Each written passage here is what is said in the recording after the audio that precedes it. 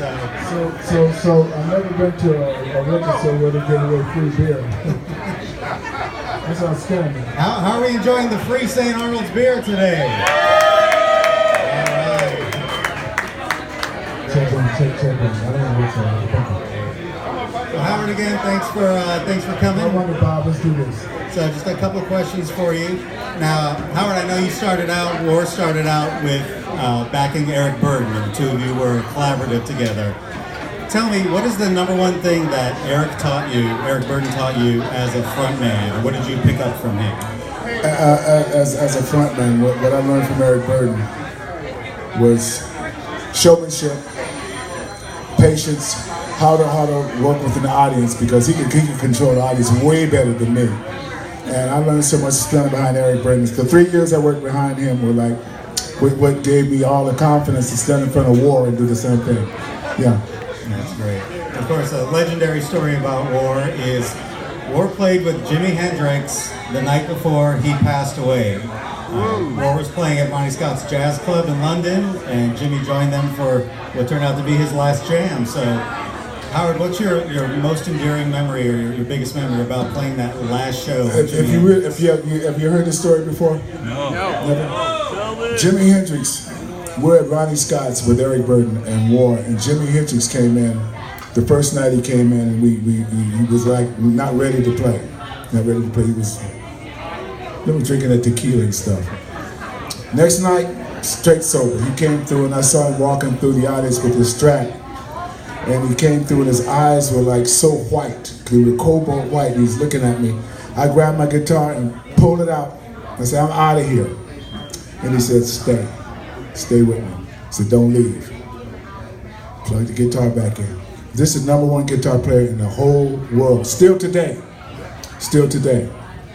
And he started jamming on a tune called Mother Earth, a blues tune. And we were back, and he's jamming his butt off, man, jamming. So then I got my confidence up after my knees stopped shaking. And I hit a solo lick. And me and him were going back and forth. And that was like the highlight of my whole tour with Eric Burdon. And Jimi Hendrix was supposed to come back that next night. We just finished on a high note. He was supposed to come back the next night, and he did not come back. Yeah. Jimi Hendrix passed away. So while I'm in my hotel room at the Holiday Inn in London, my tour manager knocks on the door, and he brings in a strap, a guitar, Jimi Hendrix strap. I'm on one bed, the Strat's on the other bed, and I opened up the case and looked at it. That was it. I never touched it. I just looked at it for 2 days. I would never touch his guitar. It wasn't mine. It was Jimmy's guitar. It had way too much magic on it, way too much Hendrix on it. But I was just honored to have his guitar in my presence for 2 days after he died. Wow. True story.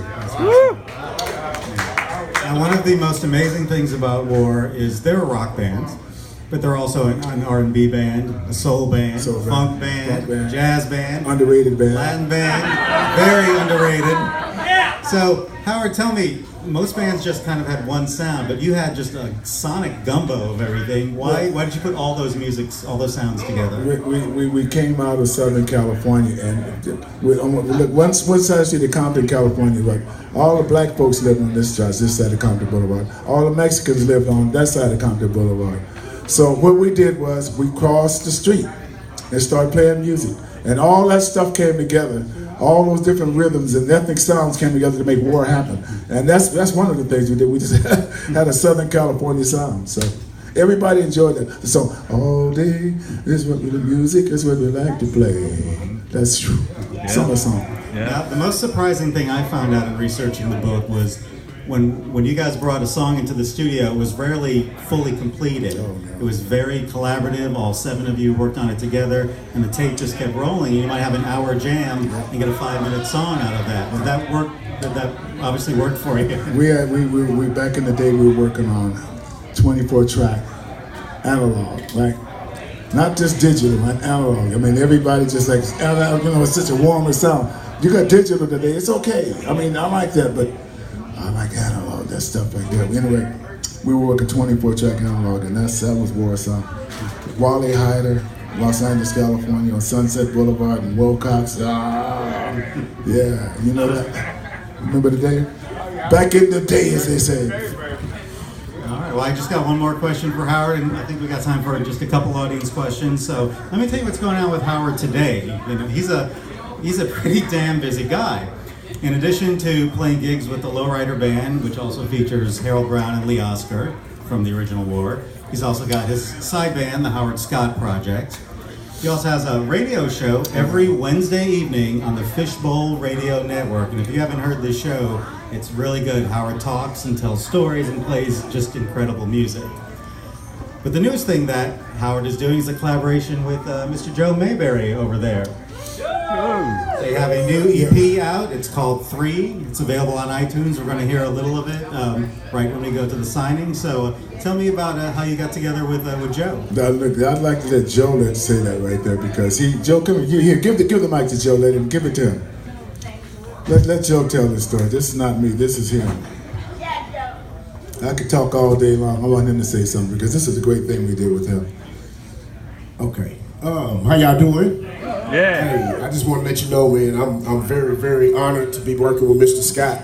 The guy's a genius, and it's really kind of tripped out how I even got a chance to meet him.